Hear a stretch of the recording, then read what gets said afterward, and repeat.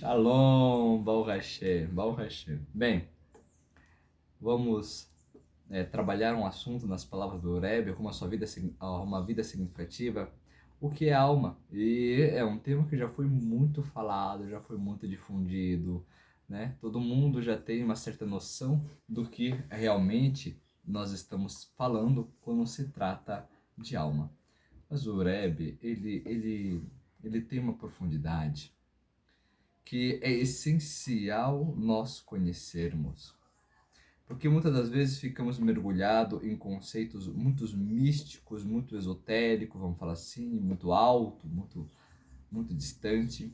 E às vezes acabamos perdendo a nossa própria capacidade de reconhecer o que é aquilo que está dentro de nós e acima de nós. Bem, já aconteceu alguma vez de você se desfazer em lágrimas sem qualquer razão aparente e cair num estado profundo de tristeza?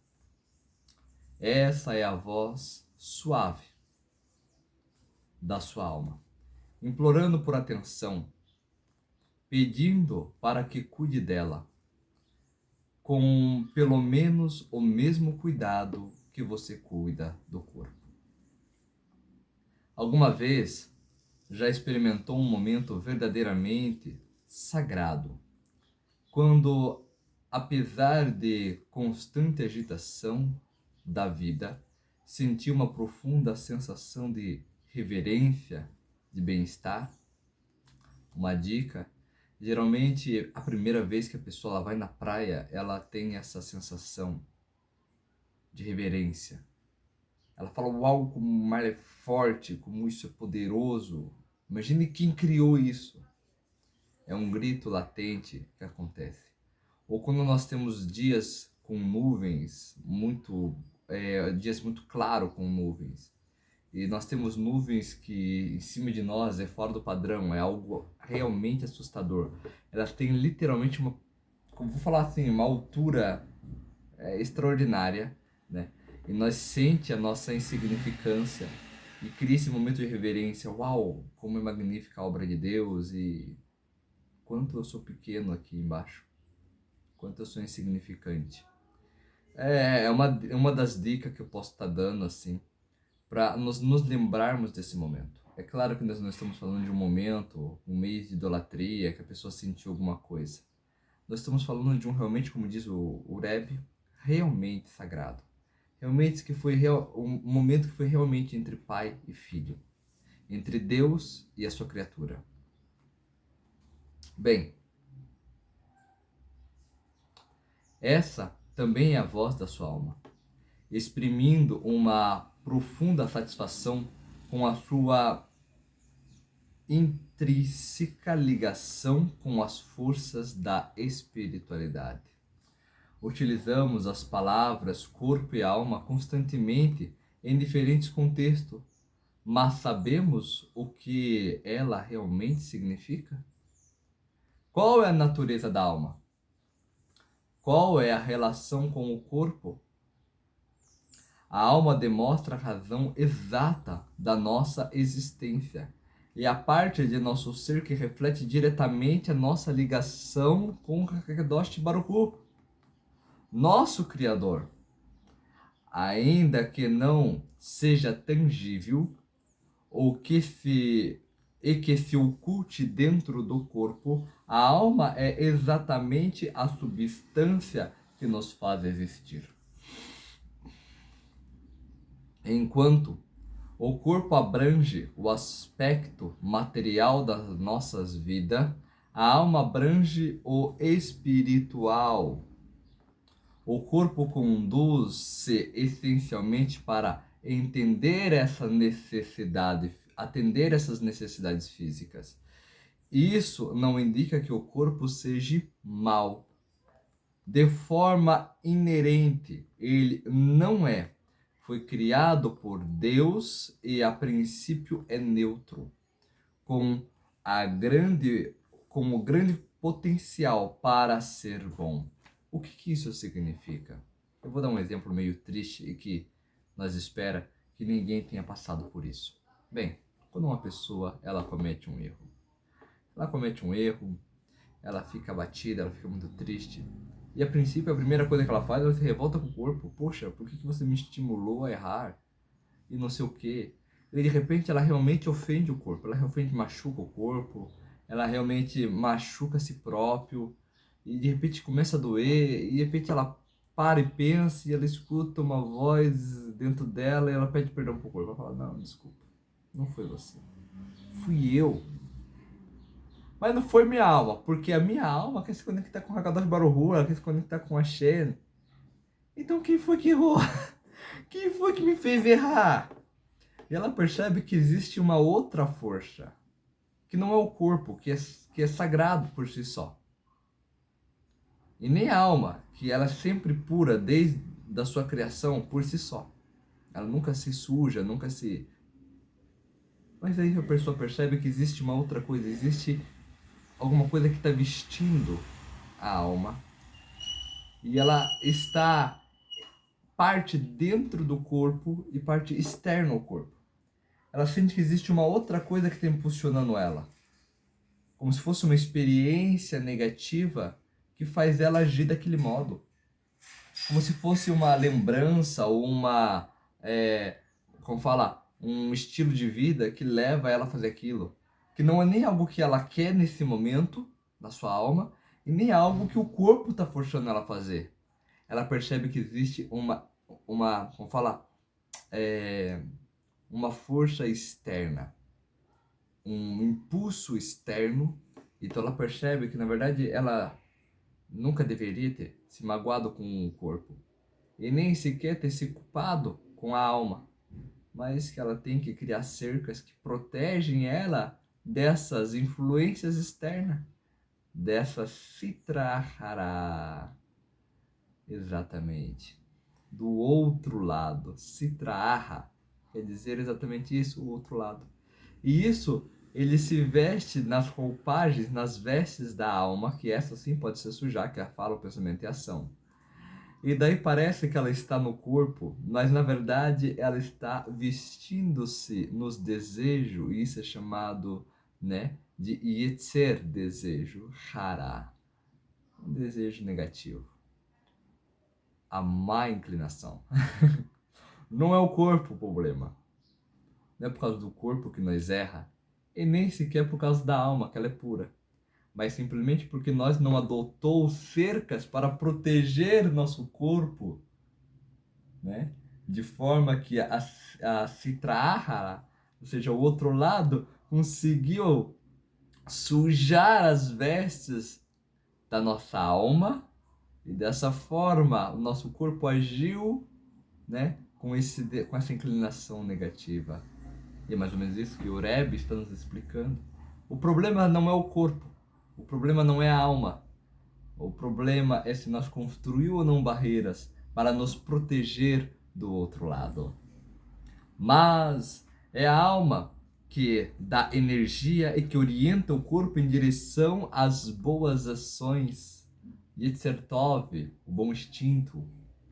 É a ligação com o divino. A alma é transcendente por natureza, pois a chama de Deus é a alma do homem.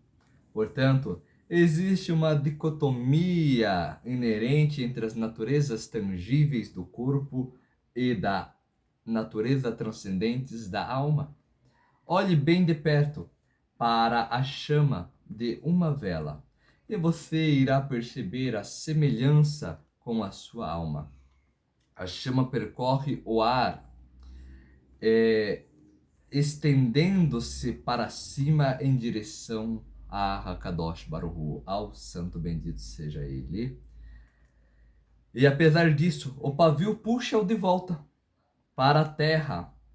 De maneira similar, a alma está em constante movimento para cima, enquanto o corpo retém a sua insistente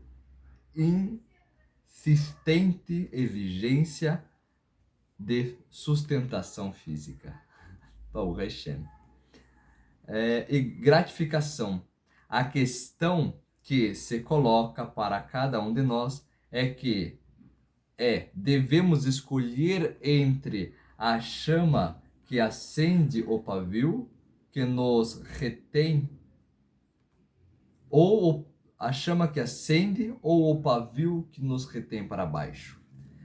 A questão é, nós vamos dar crédito à nossa alma, que quer sempre se voltar para Deus, sempre procurar o estudo, sempre procurar a espiritualidade, ou vamos dar valor para o corpo, aquele que quer nos sustentar, nos dar vida, nos tratar bem, regular as nossas funções para que nós tenhamos uma boa saúde, uma boa vida, uma boa noite bem dormida, que nós tenhamos as relações maritais de forma que seja contínua, para agradar a ambos. Como que vamos relacionarmos isso? Para quem nós temos que dar mais, vamos dizer assim, kavod, mais honrarias? Para ser uma pessoa íntegra e saudável, o corpo e a alma devem funcionar em harmonia. Esse é o segredo. A realidade é que se nós tratarmos qualquer um desses dois, criaremos um vazio gigantesco dentro de nós. Uma pessoa ela pode ter uma boa noite de sono, uma boa saúde, ela pode ter tudo. Mas automaticamente, se faltar para ela espiritualidade, psicologicamente ela vai estar batida, vai começar a ser uma pessoa negativa, isso vai automaticamente afetar a saúde dela, ela logo vai começar a perder saúde. Não tem como ela ter uma vida significativa sem dar ouvido para a espiritualidade. Por outro lado, se ela só der ouvido para a espiritualidade, ela não vai trabalhar, ela não vai comer, ela não vai beber e tal, e aí vira um problema também, porque por mais que ela esteja o tempo todo em rodas de pessoas falando de Torá e tudo mais, uma hora ela precisa pagar o aluguel, ela precisa pagar as contas. Então faz parte ela ter que fazer algum esforço, nem que seja o mínimo, para que ela possa se sustentar também. Manter o corpo. E sendo assim, através de os dois estarem em harmonia, é que a pessoa realmente tem uma vida por completa, uma vida íntegra, uma vida com saúde. Não devemos escolher uma coisa em prejuízo da outra. Indulgência ou abstinência, precisamos fundir o corpo e a alma, e isso significa unir o corpo e a alma para cumprir a missão para a qual todos fomos postos na Terra, levar uma vida significativa, produtiva e virtuosa, tornando este mundo físico um lar confortável para a espiritualidade e o sagrado. Cada um de nós cumpre essa missão utilizando suas habilidades e talentos próprios, seja a pessoa um professor, um pai, um negociante, um cientista. Todos nós devemos procurar tornarmos-nos conscientes de nossa missão e pô-la em prática, conduzindo nossas vidas minutos após minutos, dia após dias e ano após anos em conformidade com as leis de Deus. Baruch Hashem. A dicotomia do corpo e a alma existe em todo lugar que contemplamos.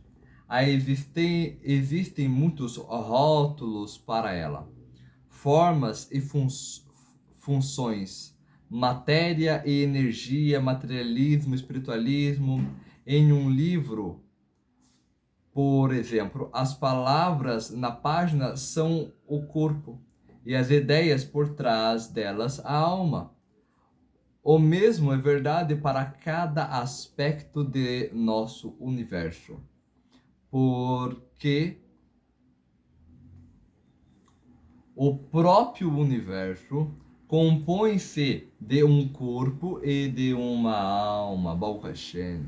Então é por isso que a gente, não só como uma grande questões filosóficas e poética no discurso, premeditado para encantar o público. Mas o judaísmo realmente diz que na Kabbalah até mesmo uma simples xícara tem alma, uma pedra tem alma, uma planta tem alma, e sem falar de ruhots, de espíritos que pode habitar em objetos, né? Seja nesses objetos que já tem uma nefesh por si só, né? E sem contar e por aí vai muita coisa que a gente pode estar trabalhando aqui também, tá bom? Bem, seus componentes materiais e seus componentes espirituais que lhe dão vida. Portanto, o primeiro passo em direção à espiritualidade do material é, em primeiro lugar, unir a alma ao corpo. Levar uma vida significativa quer dizer ser capaz de penetrar a camada material externa e ligar-se à energia, à força interior. Esta não é uma tarefa fácil, pois o corpo funciona com instrumentos sensoriais, visão, audição, olfato, paladar, tato, enquanto a alma transporta-se através do suprasensorial. Emoção, consciência, inteligência e, o mais importante, as forças espirituais subliminares. E a energia interior não é uma energia quantificável, como definida pela física. Existe um elemento de mistério nela que reside a mensuração, que resiste à mensuração, perdão. Não é apenas uma força, é a força que chamamos de vida. E existem elementos da vida que nós apenas começamos a descobrir. Olhe ao seu redor. Hoje é óbvio que muitos de nós estão preocupados, estão a procurar de paz interior, de felicidade ou de tranquilidade, a procura de nossa alma. Mas estaremos utilizando os instrumentos adequados para procurar? Nós crescemos confiando demasiadamente em nossos instrumentos sensoriais e com frequência sentimos como se fossem os únicos à nossa disposição. Mas como é difícil tentar compreender o significado da nossa alma, utilizando apenas os 5 sentidos, é como utilizar olhos para ouvir música. Contudo, como o chamado da alma é tão persistente, nunca cessaremos de procurar. Então aqui, o Rebbe, ele acaba nos revelando esse segredo, que a alma ela deve ser encontrada através da inteligência, ela deve ser encontrada através do mais refinado, do mais refinada controle de emoções. É através disso que se aprende a trabalhar as forças da alma, aprende a controlar esses poderes e utilizar isso para ter uma boa vida e uma boa conexão com Deus. Shalom, shalom e até a próxima.